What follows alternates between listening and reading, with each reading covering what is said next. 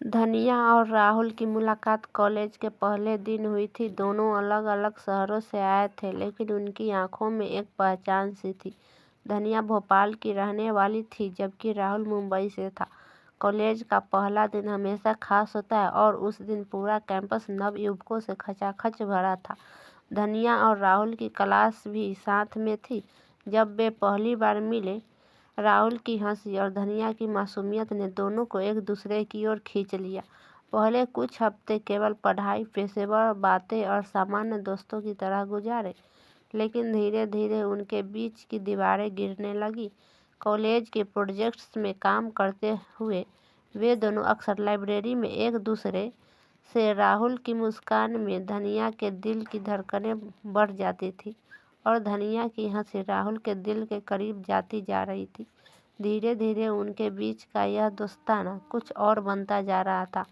एक दिन राहुल ने धनिया को कॉलेज के पास एक पुराने किले में जाने का प्रस्ताव दिया। किला शहर से दूर एक पहाड़ी पर बसा था, जहाँ से पूरे शहर का नज़ारा अद्भुत दिखता था। राहुल ने धनिया से कहा, आओ हम दोनों वहाँ जाएंगे। शायद हमें कुछ समय के लिए खुद को जानने का मौका मिलेगा। धनिया ने मुस्कुराते हुए हामी भर दी। अगले दिन वे दोनों किले की ओर निकल पड़े। वहाँ की ठंडी हवा और खूबसूरत नज़ारे उन्हें और करीब ले आए।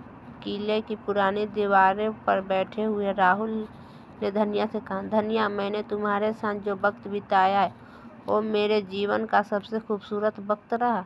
क्या तुम मेरे साथ पूरी जिंदगी बिताने के लिए तैयार हो? धनिया की आंखों में आंसू थे, लेकिन वे खुशी के थे। उसने कहा, हाँ राहुल, मैं भी तुमसे बहुत प्यार करती हूँ। तुम्हारे बिना मेरी जिंदगी अधूरी है। उनके प्यार की कहानी पूरे कॉलेज में फेमस हो गई। सब उन्हें आदर्श मानते थे।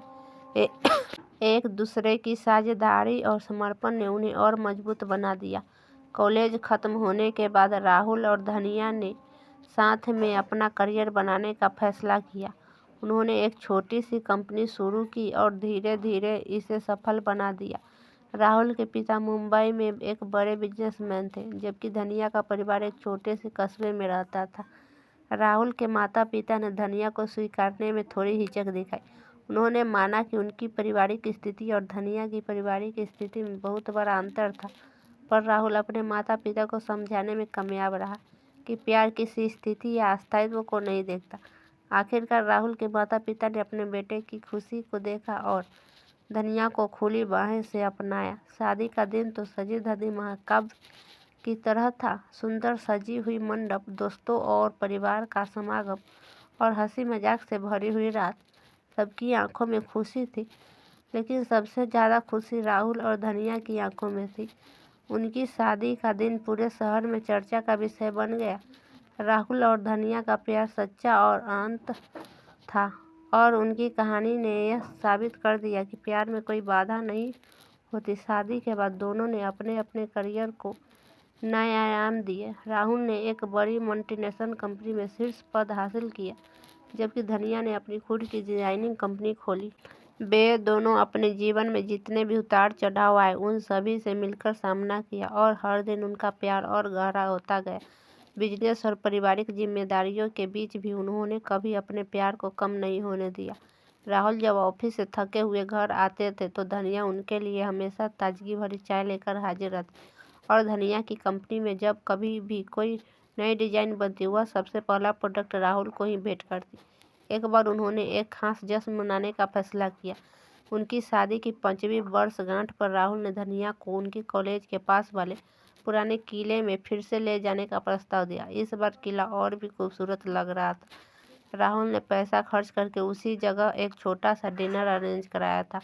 डिनर के बाद राहुल ने धनिया से फिर एक बार वही सवाल पूछा, धनिया, क्या तुम मेरे साथ पूरी जिंदगी बिताने के लिए तैयार हो? और धनिया ने फिर वही जवाब दिया, हाँ राहुल, मैं भी तुमसे बहुत प्यार करती हूँ। उनकी कहानी सिर्फ एक रोमांटिक कहानी नहीं थी, बल्कि एक प्रेरणादायक यात्रा